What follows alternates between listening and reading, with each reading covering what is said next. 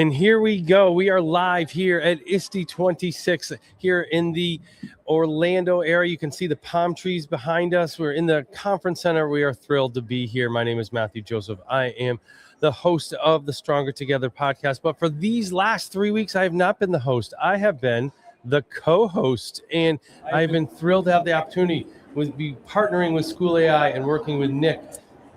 And we're back, Nick. Oh, we're trying the thumbs up. There it is. It works. It's just my ADHD is too strong. Every time you've got to come in with the fireworks. Yes. Our guest gets it. But Matt, it's been a pleasure beyond what I thought. Like, it's easy to be busy at ISTE. It's easy to get overwhelmed. And these moments are the moments I value more than anything, is connecting with educators, learning from them, and improving my practice. And so to have an all-star lineup like we've had over and over and over again, meet people I know, meet people I'm aware of online, and connect with old friends. It's been the whole gamut of what this is my 17th ISTE has come to experience, and to be able to work with School AI to help support this and make it happen is exactly what we're about, making connections, teachers and students, but with supporting Stronger Together, making connections with other educators. Amazing. And speaking of connecting with other educators, let's not waste any more time. Laura, how are you today? Thanks Lauren. for Lauren. Close. Yeah, Lauren. Sorry, Lauren. I've been almost what? pitching a perfect game with names, and I messed it up. So, You just proved you're human. I know it. Lauren. Hold on, we're going to do this again. Okay. Back it up, because we are live, but you know what? We can have a do-over. All right, we are very excited to have our next guest here. We are thrilled to have her come up. I even got a gift from her. So did Nick. Lauren, welcome to the podcast. Thank you. How are you today? I'm good. So, Just had a delicious lunch. So. okay, what'd you have?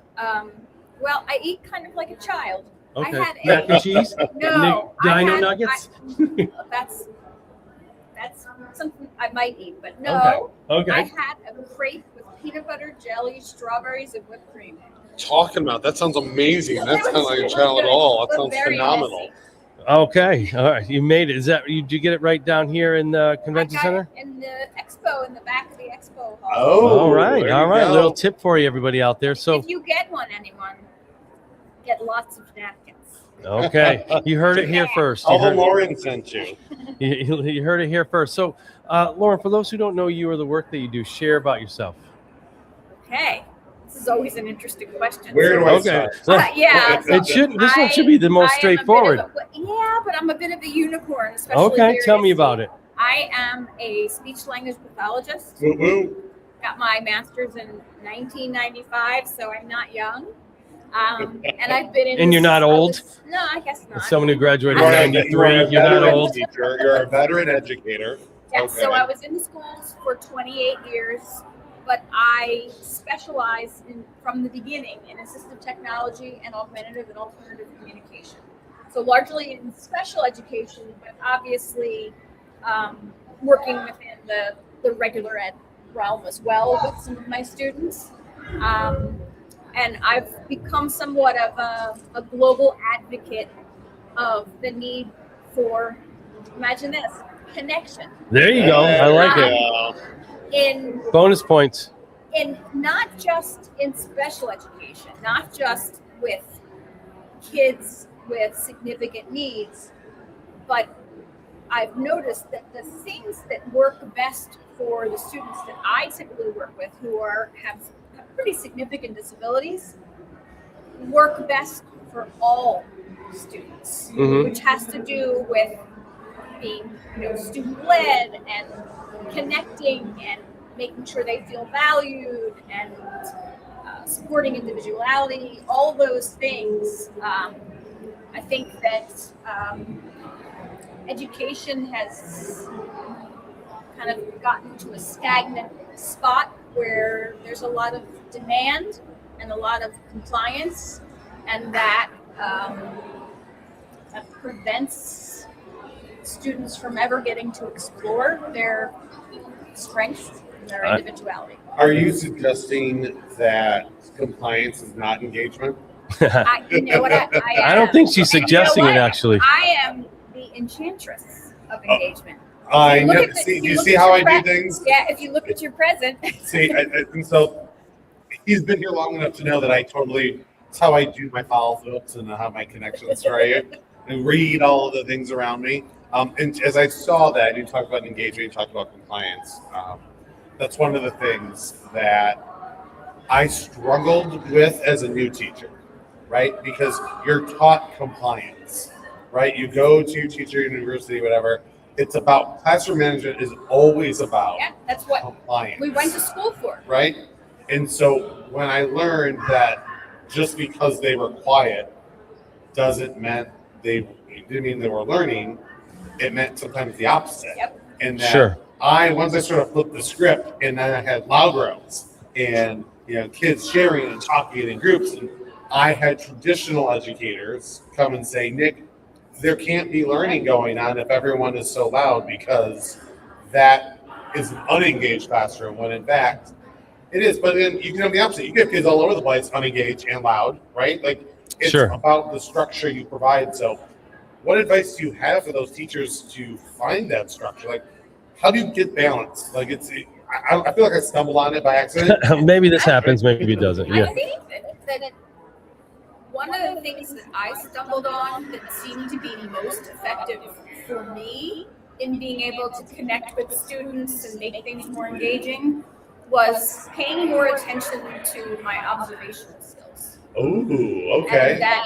And so the students that I have worked with primarily are pretty significantly disabled individuals. So they may be autistic, they may some of them have been locked in, so where they can't move anything, they're communicating with eye gaze devices. Oh my goodness. So we're talking the full gamut, but some really, really significantly disabled individuals. And what happens in the land of augmentative and alternative communication, where people need some sort of alternate or at least something to kind of augment what they can do, that area is really globally a disaster. Wow, okay. Love it. Just say it like it is. He's just laying it out. We just hear about being authentic, and here we go. I think there's lots and lots of people trying. But the whole compliance thing that we've learned in our, preparation programs, actually prevents students with significant communication impairments from being willing to make the significant effort they need to make, because it's hard to move their body, it's hard to it's cognitively hard, and it sends those kids actually going the other direction. But then the students are blamed that it's that they don't want to work and they don't want to talk. They don't want, and I love that's the part, right? That's the phrase that, as I became more educated in special education, wants, right? The traditional classroom teacher says they don't want to. It's actually the opposite. They want to so badly, and they cannot. It's not because they don't want to, it's because they can't, right? And it's different. And for me, I was woefully unprepared for the diversity of learning profiles in my classroom. And so I had students, so full inclusion, full mainstream, right? We had all the different varying levels. I had a student whose only mode of communication would be through images of Sesame Street characters. Okay, I've met students like that. It's fascinating. It's fascinating, right? Yeah. And so I'm teaching 10th grade ELA. And the younger version of me would have been hands up in the air, special ed, this is your problem. It's not my problem. But good luck. It's understanding that engagement looks different in different ways. He's engaging in the way that they know or are capable of engaging. And my goal, like I said, the goal for you is to communicate using a non-Sesame Street image. Like, you have to the end of the year try to find a way to communicate not using Sesame Street. It could be another image, like I don't care. That was the goal, right? And so end of year final exam comes through.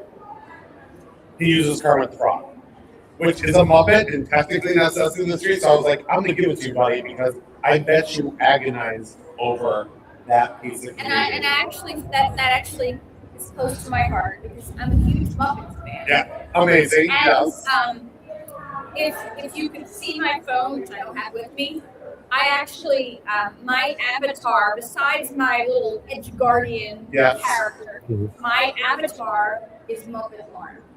Oh, Is what? Muppet Lauren. Okay. Absolutely. Rainbow Connection is like one of my. That was the song that I danced to at my wedding in 2019. Oh my goodness, we are soulmates. There were Muppets, like we had actual Muppet puppets at our wedding. That Okay, was pretty we're gonna be amazing. hanging out more. It was the only song, the Sarah McLachlan cover of it. It's the only song that could get my son to sleep at night when he was a baby for the longest time. I stumbled upon it, and all of a sudden we just stopped. I mean, obviously Sarah McLachlan is an amazing singer, and She is. every voice like hers would soothe the baby. But I love that for you, and I'm so excited, and I want all the details later. That's its own podcast episode because I'm so excited. But that story for me, and to hear like you had so much, you were the first person to ever acknowledge that you dealt with students with that similar situation. Oh, for sure. And it makes me feel good because you feel very alone sometimes dealing with students with special needs. And I think that's one of the biggest challenges. Yeah. Is that we are not prepared as educators, as speech language pathologists, whatever we're doing in schools, we are not prepared in the least for those unique situations. And we feel like we're islands. Yeah. Because you're the only one that has that student right now. Yeah. And it's a unique situation. So you feel like it's taking time to just try to wrap your head around, okay, what's the best way to do this? Well, as a veteran in the field, are there people lining up to do this job? I mean, is there like this, hey, I want to be speech pathology, or is it suffering in the sense a lot of education places where we're begging people to enter the I don't program? think the field is suffering in speech language pathology, but I do think that my niche of augmentative and alternative communication is suffering. Okay. And kind of always has. Sure. It's like this offshoot, and I think you probably know we're here at ISTE that we're techies. Yeah. But there are many people who run the other direction. Mm-hmm. So, there's a whole cast of speech language pathologists who may be amazing clinicians, but they don't really want anything to do with the individuals who must have technology, and it's the technology. It keeps changing. It's their access. If somebody can't move their arms at all, they can't move their body at all, they can't use a switch. I mean, there's all kinds of things that if somebody is a little bit more fearful of technology, it's just not what they want to do. And I have worked in many school districts where maybe one or two of the staff of speech language pathologists actually felt that they were competent in that area with individuals with significant communication impairment, so autistic kids, physically disabled kids. Well, and it's tough at the administrative level, Matt. I'd love to hear your thoughts on making people in your district feel comfortable saying, I don't feel comfortable. I don't understand. Like, how do you do that in a way that teachers don't feel there'll be punitive consequences for you saying, I just don't know. And what does that mean? I think it starts with the leaders themselves. Yes. Like, we have to say that when we don't know. We have to model the risk-taking and the vulnerability, because when we are, as assistant superintendent, if I think I know everything, one, they know I'm wrong. It's not possible. And two, I don't give off the trust vibe that somebody's going to open up. So for me, that's how it happens. So that would work for me. Now, Lauren, I got my nice gift. I got my card.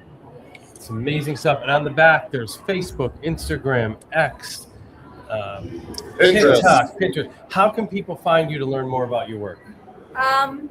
What's the best way? Well, generally, if you Google Lauren Enders Gonzales, I come up all over the place because I am a very active advocate of trying to change the education level of communication partners. So not just teachers, but family members, because like I use that word disaster to describe what the implementation success rate looks like for individuals who are trying to learn to communicate with another mode. But I don't think it's because people are unable or people are not smart. I think it is because so much of what kind of comes down the pike is that we should teach compliance, and that compliance heavy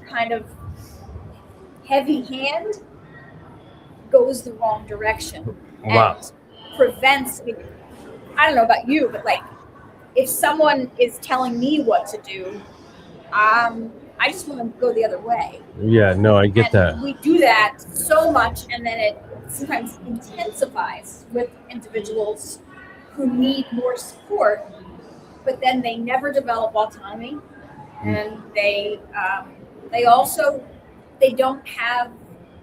don't get experiences. We learn from experience. Wow. Well, I appreciate you sharing all of that. And as she said, put her name in. You're going to get her information because there's a lot to learn here. We are only able to cover just a few little things here, but I can tell in this short time, there's such a vast wealth of resources. So thank you so much for signing up, for taking the time, for sharing with our viewers and listeners and coming down and putting us on your busy schedule. Of course, it was fun. Awesome. Well, thank you. And for those of you out there, we still have another guest coming up, and we have all of these recorded. Go back and listen, learn, follow all of these educators, because I have to tell you, I've been fortunate enough to sit here and hear them all. You are going to benefit from each and every one of these conversations.